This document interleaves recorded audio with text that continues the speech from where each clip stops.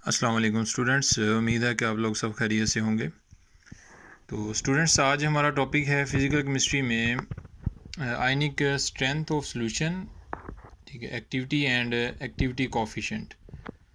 तो आयनिक strength of solution को हम सबसे पहले डिस्कस करेंगे, ठीक है, और फिर उसके बाद हम इसका जो एक्टिविटी कोफिशिएंट है और एक्टिविटी क्या होती है इसको हम डिस्कस करेंगे। तो स्टूडेंट, ये टॉपिक जो है इसको अच्छे तरीके से आप लोग समझ लेंगे और ये आगे जो टॉपिक्स आ रहे हैं, आगे हमने डिबाई-हक्केल थ्योरी पढ़नी है, तो उसमें ये इलेक्ट्रोकेमिस्ट्री का बहुत ही इंपॉर्टेंट टॉपिक है। तो आयनिक स्ट्रेंथ ऑफ सॉल्यूशन की अगर डेफिनेशन देखें तो the ionic strength of solution is a measure of concentration of ions in that solution. तो स्टूडेंट्स, आयनिक स्ट्रेंथ का मतलब ये है कि हमारे पास सॉल्यूशंस होते हैं, डाइल्यूट है, कंसनट्रेटेड सॉल्यूशन है, डिफरेंट सॉल्यूशंस होते हैं। तो उसमें जो आयनिक स्ट्रेंथ का मतलब ये होगा कि किस सॉल्यूशन के अंदर आयंस की कंसनट्रेशन कितनी ज़्यादा है, ठीक है, तो आयंस की स्ट्रेंथ कितनी है। तो आयनिक स्ट्रेंथ ऑफ सॉल्यूशन को अगर हम थोड़ा सा एक्सप्लेन करें तो सॉल्यूशंस हमारे पास दो तरह के हैं मोस्टली, हम डाइल्यूट सॉल्यूशन और कंसनट्रेटेड सॉल्यूशन। तो स्टूडेंट्स, हम डाइल्यूट सॉल्यूशन की सबसे पहले बात करते हैं। तो डाइल्यूट सॉल्यूशन का मतलब है कि जिसमें सॉल्यूट जो है वो बहुत थोड़ा है, सॉल्वेंट की अमाउंट कंपैरेटिवली बहुत ज़्यादा है। तो स्टूडेंट, यहाँ पर हमारे पास एक बीकर है, उसमें वाटर है, उसमें हमने कुछ अमाउंट NaCl की थोड़ी सी माइन्यूट अमाउंट जो है उसमें ऐड कर दी। तो इसमें होगा क्या कि हमारे पास अब वाटर है तो वो पोलर है। तो सोडियम क्लोराइड जैसे ही इसमें इसको हमने ऐड किया, वो किस में डिसोशिएट हो गया? आइंस में। तो जब वो आइंस में डिसोशिएट हुआ तो स्टूडेंट उसके सोडियम आइंस के, अब सोडियम आइंस के इर्द गिर्द नेगेटिव आइंस इकट्ठा हो गए और क्लोराइड आइंस के इर्द गिर्द जो है वो पॉजिटिव पार्टिकल जो है वो इकट्ठा हो गए। तो स्टूडेंट, इसमें क्योंकि ये डाइल्यूट है, इसमें वाटर बहुत ज़्यादा है, आइंस बहुत थोड़े हैं, तो सोडियम आइंस के इर्द गिर्द जो नेगेटिव पार्टिकल्स, जो नेगेटिवली चार्ज स्पीशीज़ आई, वो ज़्यादातर वाटर की ऑक्सीजन थी, ठीक है, और क्लोराइड आइंस सोडियम के की सराउंडिंग में बहुत थोड़े हैं, जबकि वाटर की ऑक्सीजन बहुत ज़्यादा हैं। क्यों? क्योंकि आइंस कम हैं और वाटर के पार्टिकल जो हैं वो इस सॉल्यूशन में ज़्यादा हैं, इसलिए कैटाइंस के इर्द गिर्द भी वाटर के पार्टिकल ज़्यादा आ गए और क्लोराइड के इर्द गिर्द भी वाटर की हाइड्रोजन जो हैं वो इकट्ठा हो गई। जबकि एनाइन जो है, जबकि जो क्लोराइड आइन है, ठीक है, तो क्लोराइड के इर्द की सराउंडिंग में जो पॉजिटिव पार्टिकल्स हैं वो बहुत ही थोड़े हैं, ठीक है। क्यों? क्योंकि ओवरऑल नेगेटिव पॉजिटिव पार्टिकल्स हमारे सॉल्यूशन में थोड़े हैं। तो ज़्यादा अमाउंट जो है वो हमारे पास वाटर के मालिक्यूल है, इसलिए क्लोराइड आइन के इर्द गिर्द वाटर की पार्शियल पॉजिटिव हाइड्रोजन इकट्ठा हो गई और सोडियम आइंस के इर्द गिर्द जो है वाटर की ऑक्सीजन इकट्ठा हो गई। तो अब यहाँ पर हमारे पास, अगर हम इसको इसके ऊपर फोकस करें तो यहाँ पर लेस काउंटर आइंस हैं। लेस काउंटर आइंस का मतलब क्या है कि इस सोडियम के इर्द गिर्द इसका काउंटर आइन कौन सा है? सोडियम का क्लोराइड। तो सोडियम के सराउंडिंग में क्लोराइड बहुत थोड़े हैं, इसका काउंटर आइन सिर्फ 2 हैं इसके काउंटर आइंस, जबकि वाटर के मालिक्यूल ज़्यादा हैं। और इसी तरह क्लोराइड आइंस के इर्द गिर्द इसके काउंटर आइन सोडियम बहुत थोड़े हैं, 2 हैं, वाटर ज़्यादा हैं। इसकी रीज़न यही है कि ये सोल्यूशन जो है वो डाइल्यूट है। अब इसका मतलब ये हुआ कि ये जो सोडियम है, इसका ऑक्सीजन से जो इंटरेक्शन है वो उतना स्ट्रॉन्ग नहीं है जितना इस सोडियम का क्लोराइड आइन से इंटरेक्शन स्ट्रॉन्ग होना था, ठीक है। क्यों? क्योंकि ऑक्सीजन पार्शियल नेगेटिव है, सोडियम कम्प्लीटली पॉजिटिव है, ठीक है। तो इसलिए अगर सोडियम के सराउंडिंग में सारे क्लोराइड आइंस होते तो सोडियम जो था वो बाउंड होता अपनी जगह पर, वो मूव ना कर सकता। क्यों? क्योंकि उसको साइडों से स्ट्रॉन्ग इलेक्ट्रोस्टैटिक अट्रैक्शन होना था। तो स्टूडेंट, यहाँ पर ज़्यादातर वाटर मालिक्यूल हैं क्योंकि सोल्यूशन डाइल्यूट है, इसलिए सोडियम जो है वो इतना ज़्यादा बाउंड नहीं है, वो थोड़ा फ्री है। क्यों? क्योंकि उसके काउंटर आइंस उसकी सराउंडिंग में बहुत थोड़े हैं, इसलिए उसकी ऑपोजिट आइंस के साथ इंटरेक्शन वीक है, ठीक है। क्योंकि ऑक्सीजन पार्शियल नेगेटिव है तो उसका सोडियम से उतना स्ट्रॉन्ग अट्रैक्शन नहीं होगा जितना कि क्लोराइड आइंस ने करना था। तो इसी तरह क्लोराइड आइंस के इर्द गिर्द पार्शियल पॉजिटिव हाइड्रोजन्स हैं, तो इधर क्लोराइड आइन भी थोड़ा फ्री है, वो इतना ज़्यादा बाउंड नहीं है। क्यों? क्योंकि उसको इतना स्ट्रॉन्ग इलेक्ट्रोस्टैटिक अट्रैक्शन तमाम साइडों से नहीं मिल रहा। क्यों नहीं मिल रहा? क्योंकि उसके काउंटर आइंस जो हैं, जो सोडियम आइंस हैं, वो बहुत कम हैं उसकी सराउंडिंग में। यहाँ पर ये जो सोडियम के इर्द गिर्द ये जो स्फेयर बन गया, इसे हम कहते हैं आयनिक एटमॉस्फेयर। ठीक है, ये जो क्लोराइड आइंस के इर्द गिर्द एक स्फेयर बन गया, ऑपोजिट पार्टिकल्स इसके इर्द गिर्द इकट्ठा हो गए हैं, ठीक है, तो इसको हम कहते हैं आयनिक एटमॉस्फेयर। तो देखा जाए तो हम कहेंगे कि ये जो आयनिक एटमॉस्फेयर है ना, ये इतना स्ट्रॉन्ग नहीं है। ठीक है, क्यों नहीं है? क्योंकि सोडियम आयन के साथ इतना स्ट्रॉन्ग इंट्रैक्शन इसने डेवलप नहीं किया हुआ। सोडियम आयन थोड़ा फ्री है, इसलिए हम कहेंगे कि आयनिक स्ट्रेंथ जो है इस आयनिक एटमॉस्फेयर की, वो इस पॉजिटिव आयन पे बड़ी वीक है। इसी तरह इस क्लोराइड आयन पे जो इलेक्ट्रोस्टैटिक अट्रैक्शन है वो इन नेगेटिव पॉजिटिव पार्टिकल की इतनी स्ट्रॉन्ग नहीं है, इसलिए हम कहेंगे कि ये आयनिक एटमॉस्फेयर वीक है, इसलिए आयनिक स्ट्रेंथ भी वीक है। इस क्लोराइड आयंस पे इन पॉजिटिव पार्टिकल्स की अट्रैक्शन वीक है। तो वो इसी वजह से है कि हाई वाटर के पार्शियल पॉजिटिव करैक्टर की वजह से। स्टूडेंट्स, यहाँ से फिर हम एक पॉइंट निकलता है कि for a very dilute solution the ionic strength is weaker, कि अगर सोल्यूशन बहुत वीक हो, बहुत डाइल्यूट हो, तो आयनिक स्ट्रेंथ जो होती है वो बहुत वीक होती है। रीज़न क्या है कि काउंटर आइंस जो होते हैं सोडियम के सराउंडिंग में, काउंटर आइंस थोड़े होते हैं जबकि वाटर के मालिक्यूल्स ज़्यादा होते हैं, तो इसलिए सोडियम आइंस के ऊपर इतनी स्ट्रॉन्ग इलेक्ट्रोस्टैटिक अट्रैक्शन वो डेवलप नहीं कर पाते। सो सोडियम आइन face less attraction from its surrounding. तो इसी तरह जो क्लोराइड आइन है, ठीक है, क्लोराइड आइन की सराउंडिंग में भी वाटर मालिक्यूल ज़्यादा हैं क्योंकि सोल्यूशन डाइल्यूट है। काउंटर आइन थोड़े हैं, क्लोराइड आइन की सराउंडिंग में सोडियम आइन थोड़े हैं, इसलिए वीक अट्रैक्शन है। क्लोराइड आइन थोड़ा फ्री है, इसलिए हम कहेंगे कि उसके सराउंडिंग में लेस काउंटर आइंस हैं, ठीक है, एंड वाइस वर्सा। तो क्लोराइड आइन जो है वहाँ पर भी वीक आयनिक स्ट्रेंथ है। इसका ये लास्ट पॉइंट जो है इसको ज़रा अंडरस्टैंड कर लें। Less will be the shielding effect between opposite ions. तो इसको हम थोड़ा सा डिस्कस करते हैं। तो यहाँ पर आपने फोकस करना है कि अगर ये जो हमारे पास क्लोराइड आइन है, इस क्लोराइड आइन ने इस सोडियम आइन को अट्रैक्ट करना है, ठीक है, इस क्लोराइड आइन ने सोडियम आइन को अट्रैक्ट करना है, सोडियम ने क्लोराइड को अट्रैक्ट करना है। तो स्टूडेंट यहाँ पर अगर गौर करें तो क्लोराइड आइन के रास्ते में ये ऑक्सीजन नहीं आ रही, पार्शियल नेगेटिव ऑक्सीजन आ रही हैं, और ये जो क्लोराइड आइन इस सोडियम आइन को घेरे में लिया हुआ है, सोडियम आइन उसने क्लोराइड आइंस ने और ऑक्सीजन ने, तो नेगेटिव चार्ज है इस सोडियम के इर्द गिर्द, नेगेटिव चार्ज एक्यूमुलेट हुआ है। तो स्टूडेंट क्या इस क्लोराइड आइन जो खुद नेगेटिव है, इस क्लोराइड आइन को ये जो नेगेटिव आयनिक एटमॉस्फेयर है ये सोडियम आइन को अट्रैक्ट करने देगा? नहीं देगा। ठीक है, ये जो क्लोराइड आइन है, तो अगर इसने इस सोडियम आइन को अट्रैक्ट करना है तो उसको इस सोडियम आइन की सराउंडिंग में नेगेटिव जो आयनिक एटमॉस्फेयर है इसको फेस करना पड़ेगा। ठीक है, इसलिए इसको कहते हैं शील्डिंग इफेक्ट। ठीक है, यानी क्लोराइड आइंस के इफेक्ट को सोडियम के ऊपर शील्ड कर दिया। किसने शील्ड कर दिया? इस आयनिक एटमॉस्फेयर ने। ठीक है, क्योंकि आयनिक एटमॉस्फेयर पे भी नेगेटिव करैक्टर था, क्लोराइड आइन पे भी नेगेटिव है, और सोडियम आइन तक अगर क्लोराइड आइन को पहुंचना है तो इस नेगेटिव आयनिक एटमॉस्फेयर को ब्रेक करना पड़ेगा।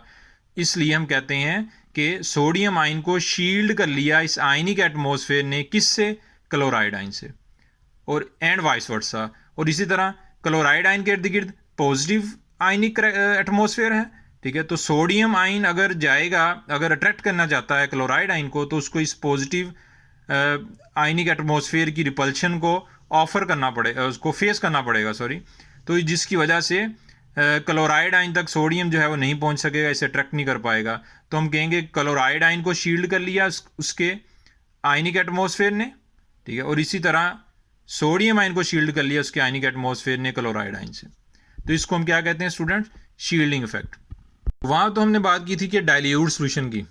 अब हमारे पास केस आता है कि अगर सोल्यूशन क्या हो? कंसनट्रेटेड हो। तो कंसनट्रेटेड सोल्यूशन में सोल्यूट की अमाउंट बहुत ज़्यादा होती है। ठीक है, तो अब यहाँ पर हमारे पास ये जो कंसनट्रेटेड सोल्यूशन है, सोडियम आइंस हैं इसके, तो स्टूडेंट जैसे हम इनको ऐड करेंगे तो सोडियम आइन बनेंगे और क्लोराइड आइन बनेंगे, और सोडियम के इर्द गिर्द काउंटर आइंस की तादाद बहुत ज़्यादा हो जाएगी, और इसी तरह क्लोराइड आइंस के इर्द गिर्द भी काउंटर आइंस की तादाद बहुत ज़्यादा हो जाएगी। अब देखें कि वाटर के मालिक्यूल बहुत थोड़े हैं सोडियम के सराउंडिंग में, और इधर भी वाटर के मालिक्यूल क्लोराइड की सराउंडिंग में बहुत थोड़े हैं। क्यों है? क्योंकि सोल्यूशन डाइल्यूट है, आइन ज़्यादा हैं, वाटर के मालिक्यूल थोड़े हैं। तो स्टूडेंट यहाँ पर greater the number of counter ions. तो अब अगर गौर करें, जो इससे पहले हमने डिस्कस किया कि सोडियम आयन के ऊपर अब इलेक्ट्रोस्टैटिक अट्रैक्शन क्लोराइड आयंस की बहुत ज़्यादा है। क्यों ज़्यादा है? क्योंकि सोल्यूशन कंसनट्रेटेड है। ठीक है, इसका मतलब क्या हुआ कि आयनिक स्ट्रेंथ बहुत ज़्यादा है। ठीक है, इसी तरह क्लोराइड आयन के ऊपर काउंटर आयंस की तादाद बहुत ज़्यादा है सोडियम आयंस की। ठीक है, तो अब इनकी इलेक्ट्रोस्टैटिक अट्रैक्शन क्लोराइड आयन पे बहुत स्ट्रांग है। अब क्लोराइड आयंस अपनी जगह पे फिक्स होगा। ठीक है, इसका मतलब क्या है कि अब आयनिक स्ट्रेंथ बहुत ज़्यादा है। तो NaCl की कंसनट्रेटेड सोल्यूशन में आयनिक स्ट्रेंथ बहुत ज़्यादा है, जबकि डाइल्यूट सोल्यूशन में इसकी आयनिक स्ट्रेंथ बहुत कम होती है। यहाँ पर भी हमारे पास उसी तरह इसके पॉइंट्स हैं। Due to greater number of counter ions around the sodium it will face strong attraction. तो सोडियम को लेफ्ट राइट से बहुत स्ट्रॉन्ग अट्रैक्शन आएगी। ठीक है, तो इसके ऊपर सोडियम के ऊपर आयनिक स्ट्रेंथ, इस आयनिक एटमॉस्फेयर की आयनिक स्ट्रेंथ सोडियम आयन पे बड़ी स्ट्रॉन्ग है। ठीक है, due to greater number of counter ions around chloride it will face strong attraction. इसका लास्ट जो है वो पॉस्टुलेट पॉइंट बना, वो higher will be the shielding effect ionic strength of concentrated solution is high. के शील्डिंग इफेक्ट अभी यहाँ पे बहुत ज़्यादा है। तो शील्डिंग इफेक्ट कैसे ज़्यादा है? शील्डिंग इफेक्ट देखें कि शील्डिंग इफेक्ट है कि क्या ये सोडियम ये क्लोराइड आयंस के साथ अट्रैक्शन आसानी से डेवलप कर लेगा या नहीं। तो स्टूडेंट यहाँ पर देखें, इस क्लोराइड आयन के इर्द गिर्द अब वाटर के मॉलिक्यूल थोड़े हैं, जबकि काउंटर आयंस ज़्यादा हैं, सोडियम आयंस बहुत ज़्यादा हैं, क्योंकि सोल्यूशन की कंसनट्रेशन बहुत ज़्यादा है। ठीक है, अब ये जो वाटर के इर्द गिर्द आयनिक एटमॉस्फेयर है ना, ये बड़ा स्ट्रॉन्ग, क्लोराइड आयन के इर्द गिर्द जो आयनिक एटमॉस्फेयर है ये बड़ा स्ट्रॉन्ग है। ठीक है, तो जब ये बहुत स्ट्रॉन्ग होगा तो क्लोराइड आयन इसके अंदर है। ठीक है, ये जो पॉजिटिव आयनिक एटमॉस्फेयर है सोडियम आयन ने बनाया, क्लोराइड आयन उसके अंदर है। तो सोडियम आयन अगर इस क्लोराइड आयन के साथ इलेक्ट्रोस्टैटिक अट्रैक्शन डेवलप करना चाहता है तो वो इतना आसान नहीं होगा। तो सोडियम आयंस की इस क्लोराइड आयन के ऊपर ग्रिप, इलेक्ट्रोस्टैटिक अट्रैक्शन पहले से भी कम हो गई। तो इसका मतलब क्या है कि क्लोराइड आयंस अब ज़्यादा शील्डेड है। ठीक है, डाइल्यूट सॉल्यूशन की निस्बत क्लोराइड आयन यहाँ पर ज़्यादा शील्डेड है। क्यों? क्योंकि उसकी सराउंडिंग में पॉजिटिव आयनिक एटमॉस्फेयर बड़ा स्ट्रॉन्ग है। क्यों है? क्योंकि वो सोडियम आयंस की वजह से बना हुआ है। ठीक है, अब इस सोडियम को क्लोराइड पे अगर के साथ इलेक्ट्रोस्टैटिक अट्रैक्शन डेवलप करना है तो वो बड़ा मुश्किल हो जाएगा। ठीक है, क्यों? क्योंकि पॉजिटिव करैक्टर है, आयनिक एटमॉस्फेयर बड़ा स्ट्रॉन्ग है, तो इसकी रिपल्शन होगी इस पॉजिटिव कैटाइन को, तो जिसकी वजह से हम कहेंगे क्लोराइड आयन शील्डेड है। ठीक है, इसे हम कहते हैं शील्ड। तो ये शील्डिंग इफेक्ट कंसनट्रेटेड सॉल्यूशन में पहले से ज़्यादा हो गया। इसी तरह सोडियम के ऊपर अगर सोडियम के ऊपर क्लोराइड अटैक करना चाहता है, क्लोराइड सोडियम से इलेक्ट्रोस्टैटिक अट्रैक्शन करना चाहता है, तो इसको स्ट्रॉन्ग नेगेटिव आयनिक एटमॉस्फेयर के साथ रिपल्शन ऑफर होगी। ठीक है, तो इसलिए सोडियम आयन जो है वो यहाँ पर शील्डेड है। तो इसका मतलब क्या हुआ कि कंसनट्रेटेड सॉल्यूशन में ऑपोजिट आयंस के सराउंडिंग में काउंटर आयंस के बढ़ने से उनके आयनिक एटमॉस्फेयर बढ़ गए, पॉजिटिव नेगेटिव कैरेक्टर्स बढ़ने से शील्डिंग इफेक्ट बढ़ गया। ठीक है, वो ज़्यादा क्लोराइड आयन सोडियम आयन ज़्यादा सेफ हो गए बनिस्बत डाइल्यूट सॉल्यूशन के। तो आगे यहाँ पर कोई अगर कोई न्यूमेरिकल वगैरह आपको आ जाए तो आप लोग इस फार्मूला को अंडरस्टैंड कर लें, तो आपको इस टॉपिक के रेलिवेंट कोई भी न्यूमेरिकल आए तो आप लोग उसे सॉल्व कर सकेंगे। तो स्टूडेंट यहाँ पर हमारे पास आयनिक स्ट्रेंथ है। आयनिक स्ट्रेंथ का फार्मूला ये है, हमारे पास एक इलेक्ट्रोलाइट दे दिया जाए, वो कहें जी इसको वाटर में ऐड करें और उसका बताएं इस इलेक्ट्रोलाइट की आयनिक स्ट्रेंथ क्या है वाटर में सोल्यूशन में। तो ये म्यू जो है ये आयनिक स्ट्रेंथ ऑफ सोल्यूशन है। एम आई जो है ये हमारे पास क्या है, कंसनट्रेशन ऑफ आयंस। जी आई जो है ये आयनिक चार्ज है। कंसनट्रेशन स्टूडेंट हम बेसिकली मोलैलिटी में लेते हैं कि 1 किलोग्राम में कितने मोल आपके सोल्यूट के हैं। तो जो समेशन होता है ये सम कर देता है। ठीक है, तमाम तरह के अगर हमारे पास इलेक्ट्रोलाइट जो है वो एक से ज़्यादा हैं, ठीक है, तो उनको उनके तमाम जो है वो हमारे पास मोलैलिटी और उनकी कंसनट्रेशन और उनके आयनिक चार्जेस को हम सम अप कर देंगे। तो ये हमारे पास इसको अगर हम एक्सटेंड करें तो हमारे पास ये इक्वेशन बनती है। तो स्टूडेंट हम सिंगल इलेक्ट्रोलाइट के लिए देखें कि अगर हमारे पास NaCl है तो म्यू हमारे पास आ जाएगा हाफ Mg, ये प्लस यानी कि ये सोडियम आयंस के लिए, सोडियम आयन के लिए, प्लस Mg माइनस यानी कि ये नेगेटिव आयन के लिए हमारे पास आ जाएगा। तो हम इसकी एक एग्जांपल करते हैं सिंपल, ताकि ये आप लोगों को मज़ीद क्लियर हो जाए। यहाँ पर अगर हमसे पूछा जाए आयनिक स्ट्रेंथ ऑफ NaCl फाइंड करें, ठीक है, आपको एक इलेक्ट्रोलाइट दे दिया NaCl के अलावा कोई भी ले सकते हैं हम, ठीक है। इलेक्ट्रोलाइट NaCl है हमारे पास, ठीक है। इसकी आयनिक स्ट्रेंथ पता करें। मोलैलिटी कितनी है सोल्यूशन की? 0.1। तो स्टूडेंट जितनी 0.1 अगर मोलैलिटी है तो उसमें सोडियम पॉजिटिव आयन भी 0.1 होंगे और उसमें क्लोराइड आयन नेगेटिव भी 0.1 होंगे। तो आयनिक चार्ज जो सोडियम कितना है, तो वो हमें पता है कि सोडियम के ऊपर भी +1 है, 1 होगा, और क्लोराइड आयन नेगेटिव आयन के ऊपर भी क्या होगा? 1 होगा। तो हम उसको फार्मूला में पुट कर देंगे वैल्यू। तो फार्मूला हमारे पास क्या है कि पॉजिटिव आयन की मोलैलिटी और उसका चार्ज का स्क्वायर सम नेगेटिव आयन की मोलैलिटी और उसके चार्ज का स्क्वायर। तो ये हमने जब वैल्यूज पुट की तो स्टूडेंट हमारे पास आयनिक स्ट्रेंथ कितनी आ गई? 0.1, ठीक है। तो हम कह सकते हैं कि NaCl की अगर मोलैलिटी वाटर में 0.1 है, यानी कि NaCl के सोल्यूशन की अगर मोलैलिटी 0.1 है तो उसकी आयनिक स्ट्रेंथ भी कितनी है? 0.1 होगी। उसके बाद हम एक्टिविटी कोफिशिएंट की बात करते हैं। तो एक्टिविटी क्या होती है? The effective concentration of ion in electrolytic solution is called activity. तो स्टूडेंट एक्टिविटी कहते हैं कि इलेक्ट्रोलाइटिक सोल्यूशन के अंदर जो आयंस की वो कंसंट्रेशन जो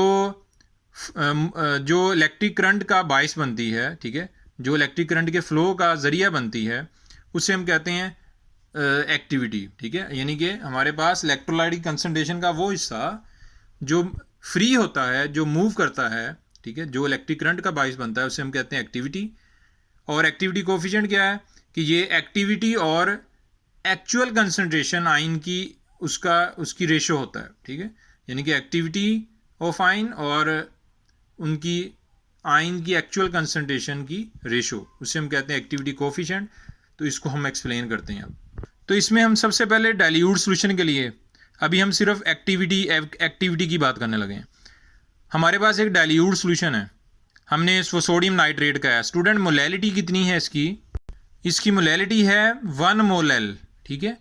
तो ये 1 मोल इसकी मोलैलिटी है सोडियम नाइट्रेट के सोल्यूशन की। तो समझ लें कि ये हमारे पास इलेक्ट्रोड, हम इनको कंसिडर कर लेते हैं, पॉजिटिव नेगेटिव बैटरी से लगा दिया। तो स्टूडेंट यहाँ पर ये सोल्यूशन बड़ा डाइल्यूट है और आपको पता है कि सोल्यूशन अगर डाइल्यूट हो तो उसके आयंस जो होते हैं वो एक दूसरे से बहुत दूर होते हैं, और डाइल्यूट सोल्यूशन में आयंस थोड़ा एक दूसरे से फ्री होते हैं। और जब आयंस फ्री होंगे तो जितना आयंस ज़्यादा फ्री होंगे उतने वो आसानी से मूव कर सकेंगे। जितना वो आसानी से मूव करेंगे उतना वो करंट हमें शो करेंगे, उतनी हमें वो आउटपुट देंगे। The activity of electrolyte in dilute solution is very high. अगर सोल्यूशन डाइल्यूट है, आयंस आपके सारे फ्री हैं, आपने 1 मोल सोल्यूशन लिया, 1 किलोग्राम सॉल्वेंट में आपने 1 मोल सोल्यूट लिया, वो 1 मोल जो आयंस होंगे वो सारे के सारे करंट जो है वो हमें करंट देंगे, ठीक है। वो सारे के सारे फ्री होंगे। क्यों? क्योंकि सोल्यूशन बड़ा डाइल्यूट है। जितने आयंस फ्री होंगे उतनी मूवमेंट ज़्यादा होगी, उतना ही हमें करंट मिल जाएगा। तो स्टूडेंट हम कह सकते हैं कि अगर सोल्यूशन डाइल्यूट है, ठीक है, तो उसकी एक्टिविटी बहुत ज़्यादा है, उस सोल्यूशन की एक्टिविटी बहुत ज़्यादा है। क्यों? क्योंकि उसके इलेक्ट्रोलाइट की जितनी भी कंसंट्रेशन हम लेंगे वो सारी की सारी एक्टिव कंसंट्रेशन कहलाएगी। क्यों? क्योंकि वो सारे फ्री होंगे। तो इस तरह हमने पीछे जो है वो उसको हमने डिस्कस किया था आयनिक स्ट्रेंथ में कि अगर सोल्यूशन डाइल्यूट है तो आयन थोड़े फ्री होते हैं, आयनिक स्ट्रेंथ इतनी स्ट्रॉन्ग नहीं होती, ठीक है। तो इसी तरह अब यहाँ पर हमारे पास ये 1 एम्पेयर करंट हमें दे रहा है। एक्टिविटी कोफिशिएंट की बात करें तो एक्टिविटी कोफिशिएंट क्या होता है? एक्टिविटी कोफिशिएंट में हमने बेसिकली 1 मोल में, ठीक है, निकालनी होती है वैल्यू। एक्चुअल कंसंट्रेशन कितनी है हमारे पास मोलैलिटी में? 1 मोल, ठीक है। एक्चुअल कंसंट्रेशन कितनी है? 1 मोल। तो स्टूडेंट 1 मोल अगर है तो 1 मोल में से कितने आयंस आपके एक्टिव हैं? 1 ही, ठीक है। यानी कि अगर हमारे पास जितनी मोलैलिटी है उतनी ही एक्टिविटी है, ठीक है। तो एक मोलैलिटी यानी कि अगर 1 मोल आपके पास ये सोल्यूशन हो तो 1/1 यानी कि A/C का मतलब क्या है कि एक्टिविटी ओवर एक्चुअल कंसंट्रेशन, तो 1 आ गया। तो स्टूडेंट ये जो गैमा शो हो रहा है, गैमा जो है ये किसको डिनोट कर रहा है? ये कर रहा है कि जो हमारे पास एक्टिविटी कोफिशिएंट की बात कर रहा है कि जितनी अगर हमने मोलैलिटी ली डाइल्यूट सोल्यूशन में उतनी ही एक्टिविटी आ गई अगर सोल्यूशन की, तो वो सोल्यूशन उस सोल्यूशन का जो हमारे पास एक्टिविटी कोफिशिएंट आएगा वो किसके बराबर आएगा? 1 के, ठीक है। तो हमारे पास इसका मतलब है कि ये कोई भी ऐसा सोल्यूशन जिसकी जो हमारे पास एक्टिविटी कोफिशिएंट की वैल्यू 1 आ जाए, वो सोल्यूशन आइडियल सोल्यूशन कहलाता है। और आइडियल सोल्यूशन तभी होगा जब वो डाइल्यूट होगा, जब जितनी उसकी मोलैलिटी लेंगे इलेक्ट्रोलाइट की, उतनी ही जो है वो उतना ही हमें करंट देगा, और वो उतने ही उसके आइंस फ्री होंगे, यानी कि उसके आइंस की एक्टिविटी भी उतनी ही होगी। तो अगर हम यहाँ पर देखें तो कंसनट्रेटेड सोल्यूशन ले लिया, तो कंसनट्रेटेड सोल्यूशन में हमने एक्टिविटी की बात करें तो स्टूडेंट अब इसकी मोलैलिटी थोड़ी ज़्यादा है। जो मोलैलिटी ज़्यादा होगी तो आइंस ज़्यादा होंगे, और आपको पता है कि अगर जब आइंस ज़्यादा हो जाते हैं तो उनकी फ्री मूवमेंट कम हो जाती है। क्यों? क्योंकि जब आइंस ज़्यादा हो जाएंगे, मोलैलिटी ज़्यादा हो जाएगी, तो उनमें इलेक्ट्रोस्टैटिक फोर्सेस स्ट्रांग हो जाएंगी थोड़ी। The activity of electrolyte in this solution is comparatively low. तो जितना अब हमने 2 मोलैल लिया तो हम कहते थे करंट भी 2 एम्पेयर दे, लेकिन ऐसा पॉसिबल नहीं है। ज़रूरी नहीं है कि आपने अगर मोलैलिटी डबल कर दी तो करंट भी डबल दे, नहीं। क्यों? क्योंकि इसके अब सारे के सारे आइंस फ्री नहीं हैं। इसके कुछ आइंस फ्री होंगे, कुछ आइन इसके फ्री नहीं होंगे। क्यों? क्योंकि पार्टिकल्स में जो आयनिक पार्टिकल्स हैं उनमें इलेक्ट्रोस्टैटिक अट्रैक्शन स्ट्रांग होने से, कंसंट्रेशन के ज़्यादा होने से उनकी मूवमेंट कम हो गई। अब ये उतना फ्रीली मूव नहीं कर पाएंगे, ठीक है। तो इसका मतलब क्या है कि अब करंट अगर अभी भी उतना ही दे रहा है, मोलैलिटी डबल हो गई, तो इसका मतलब क्या है कि इस कंसंट्रेटेड सॉल्यूशन की जो आगे हमारे पास इसकी एक्टिविटी कोफिशिएंट की जो वैल्यू है वो थोड़ी है। किसकी निस्बत? डाइल्यूट सॉल्यूशन की निस्बत। तो यहाँ पर जिस तरह अगर कोई स्टूडेंट है, ठीक है, स्टूडेंट्स बैठे हैं, टीचर पढ़ा रहा है, तो अगर वो टीचर पढ़ा रहा है तो ज़रूरी नहीं है कि 100% स्टूडेंट को 100% स्टूडेंट जो है वो उसकी टीचर की बात को पिक कर रहे हों, समझ रहे हों, ठीक है। 100 में से 40, 20 या 30 स्टूडेंट जो को समझ आ रही होगी, ठीक है। तो इसका मतलब क्या है कि स्टूडेंट्स तो बहुत ज़्यादा हैं, कंसंट्रेशन तो बहुत ज़्यादा है, 2 मोलल है, लेकिन जिसको समझ आ रही है वो स्टूडेंट 40 हैं। यानी कि सिर्फ हाफ जो है वो 2 मोलल में से हम कह देते हैं कि 1 मोलल जो ऐसे आइंस हैं जो फ्री हैं, ठीक है, जो इलेक्ट्रिक करंट का बाइस बन रहे हैं, ठीक है। तो स्टूडेंट ये उन आइंस को जो करंट का जो हमें करंट दे रहे हैं, जो मूव कर रहे हैं, जो फ्री हैं, उन्हें कहते हैं एक्टिव आइंस। और उनकी कंसंट्रेशन को क्या कहेंगे? Active concentration. और इस फिनोमिना को क्या कहते हैं? एक्टिविटी। तो इसका मतलब क्या हुआ कि कंसंट्रेटेड सॉल्यूशन की एक्टिविटी डाइल्यूट सॉल्यूशन की निस्बत कम आई, ठीक है। तो due to high concentration of ions they have strong electrostatic attractions. तो आइंस की तादाद बढ़ने से उनमें इलेक्ट्रोस्टैटिक अट्रैक्शन बढ़ जाती है, उनकी मूवमेंट कम हो जाती है, तो करंट कम हो जाता है, एक्टिविटी कम हो जाती है। तो स्टूडेंट अगर हम यहाँ पर इसको देखें तो एक्टिविटी कोफिशिएंट की वैल्यू निकालें तो एक्चुअल कंसंट्रेशन कितनी है? 2 मोलल। 2 मोलल में क्या सारे के सारे एक्टिविटी शो कर रहे हैं? नहीं, तकरीबन हाफ जो है वो एक्टिविटी शो कर रहे हैं। तो हमारे पास 1 मोलल की एक्टिविटी कितनी होगी? 2 को 1 पे क्या कर दें? डिवाइड कर दें, यानी कि एक्टिविटी पे डिवाइड कर दें एक्चुअल कंसंट्रेशन को 0.5। इसका मतलब क्या हुआ कि इसका एक्टिविटी कोफिशिएंट डाइल्यूट सॉल्यूशन की निस्बत थोड़ा आ गया। तो इसी तरह स्टूडेंट्स अगर हमारे पास सॉल्यूशन हाईली कंसंट्रेटेड है, अगर हमारे पास सॉल्यूशन हाईली कंसंट्रेटेड है तब क्या होगा? तब आइंस बहुत ज़्यादा हो जाएंगे। जब आइंस बहुत ज़्यादा हो जाएंगे तो क्या होगा कि उनमें इलेक्ट्रोस्टैटिक अट्रैक्शन इतनी स्ट्रांग हो जाएगी कि एक स्टेज आएगी कि उनमें रिपल्सिव फोर्सेस डोमिनेट कर जाएंगी। तो स्टूडेंट्स उनमें कौन सी फोर्सेस डोमिनेट कर जाएंगी? रिपल्सिव फोर्सेस डोमिनेट कर जाएंगी। जब रिपल्सिव फोर्सेस डोमिनेट कर जाएंगी तो क्या होगा कि आइंस की मूवमेंट बहुत फास्ट हो जाएगी। जब आइंस की मूवमेंट बहुत फास्ट हो जाएगी तो मोलैलिटी तो हमने 2 से 4 की, लेकिन करंट जो है वो 2 से 4 नहीं होगा, बल्कि बहुत ज़्यादा बढ़ जाएगा, कई गुना करंट बढ़ जाएगा। क्यों? क्योंकि अब आइंस में इतना स्ट्रॉन्ग इलेक्ट्रोस्टैटिक अट्रैक्शन था, वो इतनी कम जो है वो आयनिक जो है वो उनका हमारे पास कोफिशिएंट की वैल्यू दे रहे थे, एक्टिविटी कोफिशिएंट की, कि अब उनमें इतने ज़्यादा कंसंट्रेशन होने से उनमें रिपल्सिव फोर्सेस क्या कर गई? डोमिनेट होगी, जिसकी वजह से उनकी मूवमेंट बहुत फास्ट होगी। मूवमेंट फास्ट होगी तो उनका करंट की वैल्यू बहुत ज़्यादा होगी। तो इसका मतलब क्या है कि अगर बहुत ज़्यादा कंसंट्रेटेड सॉल्यूशन भी कर दें, द एक्टिविटी जो है activity is very high comparatively, तो उस सॉल्यूशन की एक्टिविटी दोबारा जो है वो बढ़ने लग जाती है, ठीक है। तो जो हमारे पास हाईली कंसंट्रेटेड सॉल्यूशन जो होते हैं उनकी एक्टिविटी बहुत ज़्यादा कई गुना बढ़ जाती है। क्यों? क्योंकि अब उनमें रिपल्सिव फोर्सेस जो होती हैं वो डोमिनेट कर जाती हैं, तो ions become very free. Activity coefficient की वैल्यू निकालेंगे तो एक्चुअल कंसंट्रेशन कितनी है, 4 मोल एल, 4 मोल एल। तो एक्टिविटी कितनी शो कर रहा है, तकरीबन 3 कह देते हैं, ठीक है। तो 1 मोल एल में एक्टिविटी कितनी होगी, 3/4, यानी कि एक्टिविटी ओवर एक्चुअल कंसंट्रेशन तो कितनी आएगी, 0.75।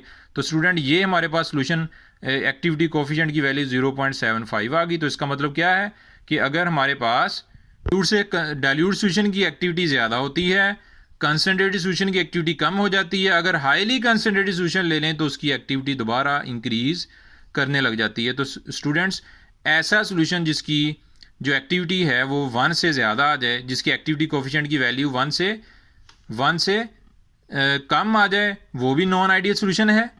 जिसके एक्टिविटी कोफिशिएंट की वैल्यू 1 से ज़्यादा आ जाए वो भी नॉन आइडियल है। और जिसके एक्टिविटी कोफिशिएंट की वैल्यू 1 के बराबर आ जाए स्टूडेंट, वो सोल्यूशन क्या कहलाता है, आइडियल सोल्यूशन कहलाता है। स्टूडेंट्स उम्मीद है कि आप लोगों को समझ आ गई होगी। तो ये फार्मूलाज आपके साथ डिस्कस किए हैं, तो इनके न्यूमेरिकल्स की आप लोग खुद प्रैक्टिस करेंगे, इनसे रेलेवेंट छोटे छोटे न्यूमेरिकल्स आपको पेपर में आ सकते हैं। तो कोई मुश्किल हो, कहीं परेशानी हो तो आप लोग कमेंट्स में पूछ सकते हैं। तो अपना ख्याल रखिएगा। अल्लाह हाफिज़।